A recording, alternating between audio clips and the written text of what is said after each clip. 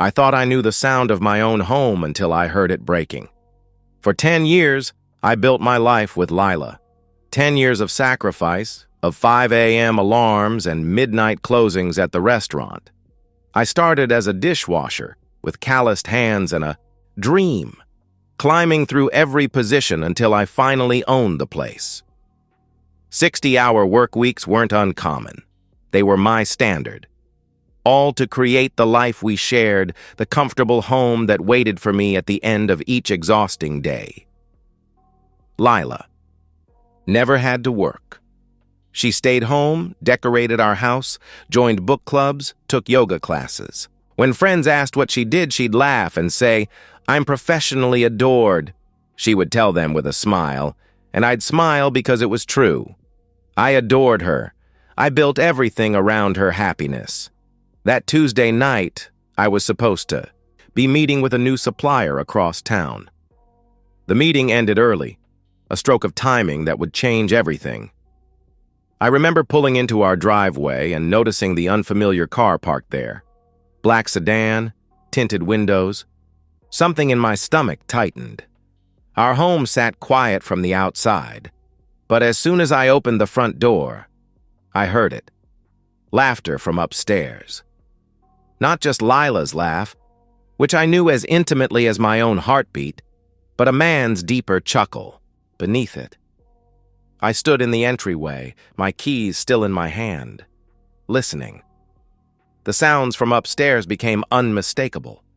Whispers, the creak of our bed, a gasp that twisted in my chest like a knife.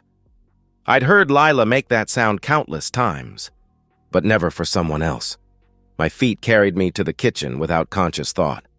I stood there, surrounded by the stainless steel appliances I'd bought her last Christmas, the marble countertops she'd insisted on when we renovated.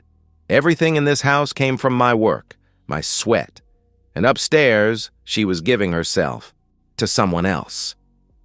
The sounds grew louder, more urgent. Each one struck me like a physical blow. 10 years of trust collapsed in seconds. My vision narrowed, a strange buzzing filled my ears, and my breath came in shallow gasps. I leaned against the counter, trying to steady myself as my world imploded. That's when I saw it hanging there, catching the dim kitchen light. The cleaver. And suddenly, through my rage and heartbreak, a plan began to form. The cleaver felt heavy in my hand, the polished steel reflecting my distorted face. For a moment, blind rage urged me up those stairs, but then something else took over. The same calculating intelligence that had built my restaurant from nothing. This moment would define the rest of my life. What happened next would determine whether I lost everything or emerged with some measure of control. The businessman in me, the part that negotiated leases, managed inventory, and handled difficult suppliers, stepped forward. I set the cleaver on the counter and pulled out my phone. The voices upstairs continued, oblivious to my presence. Lila laughed again, that intimate laugh that used to be mine alone. I opened the recording app and pressed start, capturing the unmistakable sounds of their betrayal. But audio wouldn't be enough. I needed more. I needed to see their faces when they realized they'd been caught. I needed their complete confession, their humiliation captured permanently. Evidence that would give me absolute leverage. I thought about our life together, how I'd worked those endless shifts while she decorated our home and spent my money, how she'd greet me with kisses when I came home with bonuses or news of the restaurant's success. Was she thinking of him even then? Planning these meetings in our bed while I chopped vegetables and balanced books? The betrayal wasn't just emotional, it was theft. Theft of my trust, my time, my labor. Everything I'd built was at risk unless I controlled what happened next. Upstairs, a headboard knocked rhythmically against our bedroom wall. I fought the urge to vomit and focused instead on strategy. Divorce proceedings, asset protection, reputation destruction. My mind clicked through. The possibilities! I took the cleaver from the counter again, testing its weight. Not as a weapon of violence, that would only land me in jail, but as a prop in the theater of fear. I was about to create. I needed them compliant, terrified, willing to do anything I demanded. Their fear would be my leverage. Their compliance would give me everything I needed. I rehearsed my approach, the sudden entrance, the raised cleaver, the phone positioned to record everything. I practiced my expression in the reflection of the microwave door, not wild with rage, but cold with controlled fury. This wasn't about emotional release. This was about surgical extraction of what I needed. Upstairs, I heard them shifting positions, murmuring to each other. I checked my phone's battery, 83%, more than enough. I slipped it into my breast pocket, camera lens peeking out, and started the video recording. I took several deep breaths, steadying my racing heart. The cleaver gleamed in the kitchen light as I gripped it firmly. This was my house, my life, my future at stake. I took one last deep breath, cleaver gleaming in my grip, phone recording in my pocket, and started toward the stairs. They were about to star in their own destruction. Kicked our bedroom door open with calculated force. The wood splintered around the lock, and the door crashed against the wall with a sound like a gunshot. Lila screamed, clutching sheets to her naked body. Her lover, Dave Matthews, a regular at the country club, froze mid-motion above her. His back to me. I recognized his salt and pepper hair instantly. He'd shaken my hand at community events, knowing all along he was sleeping with my wife. "Don't move," I commanded, my voice terrifyingly calm even to my own ears. I raised the cleaver deliberately, letting the overhead light catch its edge. Dave turned his head slowly, his face draining of color when he saw me. He scrambled backward, falling off the bed and scrabbling for his clothes on the floor. "Jacob, please," Lila begged, her voice high with terror. "This isn't—" "Shut up," I cut her off, my words like ice. "Don't speak unless I tell you to." Dave had managed to pull on his boxers, his hands shaking violently. "Listen, man, I can explain," he stammered. "This was a mistake. It just happened." I laughed, a sound entirely devoid of humor. "Just happened? In my bed? With my wife?" I stepped closer, cleaver raised. "How many times has it just happened, Dave?" "Please don't hurt me," he whimpered, backing against the wall. "I have kids. I'll give you money, anything." My phone captured everything from my pocket. His pathetic pleading, Lila's tear-streaked face, their naked vulnerability. This was my show now, my direction, my script. "Both of you, listen carefully," I said. "I'm going to tell you exactly what's going to happen." I pulled out my phone, showing them the active recording. "Everything, from the sounds you were making, downstairs to this moment right now, is being recorded. Your faces, your bodies, your begging." Lila started sobbing. Dave looked like he might vomit. "Here's what happens next," I continued, placing a notepad and pen on the bed. "You're both going to sign a confession. You'll admit to this affair, how long it's been going on, and how you've been lying to me. Lila, you'll specifically mention how you've never worked a day during our marriage while enjoying the benefits of my labor." "And if we don't?" Dave asked, a flicker of defiance crossing his face. I smiled coldly. "Then this video goes to everyone you know. Your wife, Amy. Your 3 children. Your partners at the law firm. Everyone." His defiance crumbled instantly. "I'll sign it," he said quickly. "Jacob, please," Lila tried again. "We can talk about this. I made a mistake. I love—" "Love?" I cut her off. "Don't insult me with that word." I turned to Dave. "Write it. All of it. How long, how often, where, every detail."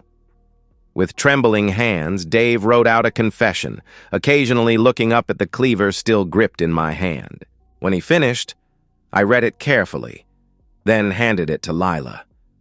"Your turn," I told her. "Add anything he missed."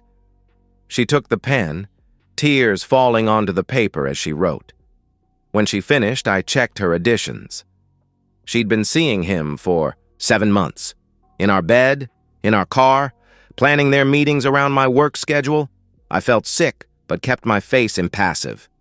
"Sign it. Both of you," I ordered. They signed with shaking hands. I folded the paper and put it in my pocket with my phone. Then I turned to Dave. "Get dressed. You're leaving." He scrambled into his clothes, not meeting my eyes. "One more thing," I said, when he was dressed. "You promised me anything?" He nodded desperately. I put down the cleaver and delivered a single hard punch to his face. His nose cracked under my knuckles. As he doubled over, I drove my knee into his stomach. He collapsed to the floor, gasping. "That's merciful compared to what I could do," I said, hauling him to his feet by his collar. "Now get out of my house and pray we never meet again." I marched him downstairs and shoved him out the front door. His car peeled away from the curb, leaving black marks on the pavement. When I returned upstairs, Lila had pulled on a robe and was sitting on the edge of the bed, her makeup streaked down her face. "Jacob, I know I've hurt you," she began, her voice softening into the tone she used when she wanted something. "But we can work through this. For 10 years. You have 30 minutes to pack essentials," I interrupted. "Then you're leaving. If you're not gone by then, I'm calling the police." "This is my home too," she protested, a flash of entitlement breaking through her tears. "No, it's my home," I replied firmly. "Paid for with my money, from my business that I built while you did nothing but cheat." I gestured to the confession. "I have everything I need to ensure you get nothing in the divorce." "Where am I supposed to go?" she asked, her voice cracking. "That stopped being my problem the moment you invited another man into our bed," I answered coldly. I checked my watch. 28 minutes now. I stood in the doorway, watching as she moved around the room in a daze, pulling clothes from drawers and shoving them into a suitcase. When she finished, I followed her downstairs and watched as she loaded her car. "Jacob, please," she tried one last time, standing in the driveway. "Don't throw away 10 years. People make mistakes. We can get counseling." I said nothing, just stared until she got into her car. As her taillights disappeared into the night, I realized the show was just beginning. Now came the real work. At 6 a.m., I called Michael Brennan. As my restaurant's lawyer and a regular customer who enjoyed significant discounts, he owed me favors. I explained the situation, sent him the video and scanned confession, and asked him to meet me for breakfast. "This is about as clear-cut as it gets," Michael said 2 hours later, sliding the papers back across the table at the diner. We'd chosen a place across town, away from my restaurant and any potential gossip. "With this evidence, she'll get nothing. No alimony, no property division. We can file for an at-fault divorce immediately." I nodded, relief washing through me. "How quickly can we move?" "I'll file today," he replied. "We'll need to protect your assets immediately. Joint accounts, credit cards, anything she has access to. By noon, I'd changed the locks on the house, reset all passwords, and frozen our joint accounts after transferring the bulk of the money to my business account. I documented every piece of furniture, every appliance, every renovation that had been paid for with my restaurant earnings. My phone buzzed constantly with messages from Lila. "Jacob, please talk to me. I made a terrible mistake. I'm so sorry. Where am I supposed to go? I have no money. I love you. We can fix this." I ignored them all. The video was my insurance policy, not just for divorce court, but to ensure neither Lila nor Dave could retaliate with lies or attempts to salvage their reputations. But as evening fell, I found myself facing a moral dilemma. During our confrontation, I'd promised Dave that signing the confession would keep the video private, that his compliance would protect him from complete destruction. Had I meant it, or was it just another manipulation? I sat at my kitchen table, laptop open, researching Dave Matthews. LinkedIn showed he was a senior partner at a respected local law firm. Facebook revealed his picture-perfect family. Wife of 20 years, 3 teenage children, church membership, little league coaching. His entire life was built on his reputation as a family man and community leader. I prepared 2 envelopes. In the first, I placed a USB drive containing the video and a copy of the confession, addressed to the managing partners at his law firm. In the second, the same contents addressed to his wife. For 3 days, these packages sat on my kitchen counter like loaded weapons while I wrestled with my conscience. My business reputation was built on being a man of my word. Suppliers trusted my handshakes. Employees knew my promises were gold. Even in the restaurant world's chaos, I maintained order through honesty and honor, but the betrayal had fundamentally changed me. The man who had built that reputation died the moment he heard another man's laughter in his bedroom. Dave had made his choice when he entered my home, my bed, my wife. He'd stolen my trust. Why should he keep his intact? I thought of him returning to his family after leaving my house, washing my wife's scent from his skin before kissing his children goodnight. I thought of him sitting across from clients, maintaining his professional facade while betraying the most basic codes of decency. On the 4th day, Lila's messages changed tone. My friend says I'm entitled to half of everything. The house is as much mine as yours. I'll fight for what I deserve. I made sacrifices too. You'll regret treating me this way. I know things about your business. I stared at the threats glowing on my phone screen. 10 years of supporting her, providing everything, and this was her response when faced with consequences. The decision about the packages suddenly became clear. I was still staring at those packages when I heard a key scraping in my front door, the lock. I'd changed 4 days ago. I moved to the front door and pulled it open before the locksmith could begin working. Lila stood on the porch, startled by my sudden appearance. The locksmith, a young man with a toolbox, looked uncomfortably. Between us, your key doesn't work anymore, I said calmly, because this isn't your home anymore. I live here, Lila insisted, her voice rising. You can't just lock me out of my own house. I turned to the locksmith. Sir, I'm the legal owner of this property. My wife and I are in divorce proceedings. I'd advise you not to tamper with my locks unless you want to be involved in a legal situation. The man backed away. I don't want any trouble, he said quickly. You folks need to sort this out. He hurried back to his van. Lila's composed facade cracked as her escape route drove away. She looked thinner, with dark circles under her eyes. Her designer clothes had been replaced by jeans and a plain sweater. Jacob, please, she said, her voice softening. I've been staying on Meredith's couch. I have nowhere to go. My parents won't talk to me after what happened. That sounds like the natural consequence of your actions, I replied. It was a mistake, she insisted. Meredith kept saying how you were always working, how I deserved attention, how all marriages go through phases. She introduced me to Dave at her party. It just happened. I almost laughed at the absurdity. Nothing just happens for 7 months, Lila. That's called a choice. A series of choices, actually. Thousands of moments when you could have stopped but didn't. I was lonely, she countered, tears welling in her eyes. You were always at the restaurant. I made one terrible mistake. 7 months of mistakes, I corrected. In our bed, in our home, while I worked to give you the life you enjoyed, her strategy shifted, tears disappearing instantly. Fine. My lawyer says I'm entitled to half of everything. The house, the restaurant. Your lawyer is misinformed, I cut in. Your signed confession detailing how you contributed nothing while living off my business earnings might interest them, as would the video evidence. Her face paled. You wouldn't. I wouldn't what? I asked. Use evidence of your betrayal? Why not? You betrayed me in every possible way.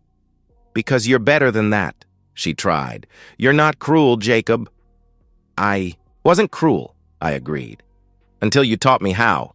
I stepped past her onto the porch, the 2 packages in my hand. Without breaking eye contact, I walked to the mailbox at the end of our driveway and dropped them in. The metal lid clanged shut with finality. What did you just do? Lila asked, fear creeping into her voice. 1 package contains the video and confession addressed to Dave's law partners, I explained, walking back toward her. The other is addressed to his wife. They'll arrive tomorrow. The color drained from her face. You promised him.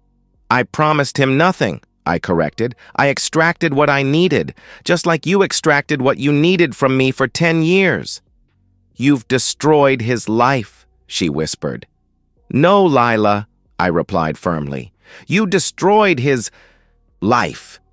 You destroyed our marriage. You both made your choices. Now you get to live with the consequences. What about me? She asked, her voice small. The divorce papers have been filed, I answered. Your confession ensures it will be swift and entirely in my favor. You'll leave with exactly what you brought to our marriage. Nothing. She stood there, speechless, as the full weight of her situation crashed down on her. No home, no money, no lover, no reputation. Goodbye, Lila, I said, stepping back into my house, my sanctuary. I closed the door and heard her collapse into sobs on the porch. I waited by the window until she finally pulled herself together and walked away down the street, shoulders hunched in defeat. In the kitchen, the cleaver hung in its designated place on the magnetic strip. I ran my finger along its edge, feeling its potential, but knowing it had already served its purpose perfectly. Not as a weapon of violence, but as a catalyst for justice. I'd learned that calculated fear accomplishes more than blind rage, and the deepest cuts come from precision, not emotional outbursts. In the end, I hadn't needed to swing the blade to cut away what was poisoning my life. 6 months later, I stand in my kitchen preparing dinner for myself. The house feels different now, cleaner somehow, as if Lila's betrayal had been a toxin gradually seeping into the walls that has finally been flushed away. The divorce was finalized in record time. My lawyer called it the cleanest case he'd ever handled. My savings remain untouched, the house is solely in my name, and the restaurant continues to thrive. I've even opened a second location across town. I occasionally see Lila working at the discount store near the highway. I heard through mutual friends that she tried applying for better jobs, but in our small community, word travels fast. The whispers follow her everywhere. No one will hire the woman who betrayed her hard-working husband while living off his labor. Dave. Matthews disappeared entirely. His law firm asked for his resignation the day after my package arrived. His wife filed for divorce immediately. I heard he moved to Arizona, starting over with nothing but the clothes he packed in his car. Lila still sends messages sometimes. Apologies. Claims that she's changed. Requests to talk, to explain, to make amends. I never respond. The silence, I've discovered, cuts far deeper than any words ever could. My peace isn't about forgiveness. It's about the complete absence of chaos in my ordered life. The restaurant continues to be my focus, my passion, my achievement. I've started dating occasionally, but I'm in no rush. I've learned to value my solitude, to appreciate the quiet of a home that contains no secrets, no betrayals. The cleaver still hangs in my kitchen, polished and sharp. I use it daily, preparing. Ingredients. It reminds me that sometimes the most effective weapon is the one you never actually have to use. True justice, I've learned, isn't about forgiveness or second chances. It's about ensuring the guilty face the complete and permanent consequences of their choices. Some people deserve mercy. Others deserve exactly what they earn. And that's the end of today's story. If you enjoyed it, please give this video a thumbs up and drop a comment below. Your support helps the algorithm push my content further. If you're new to the channel, don't forget to hit that subscribe button. It really helps me keep creating more stories for you. Thanks for watching, and I'll see you in the next one.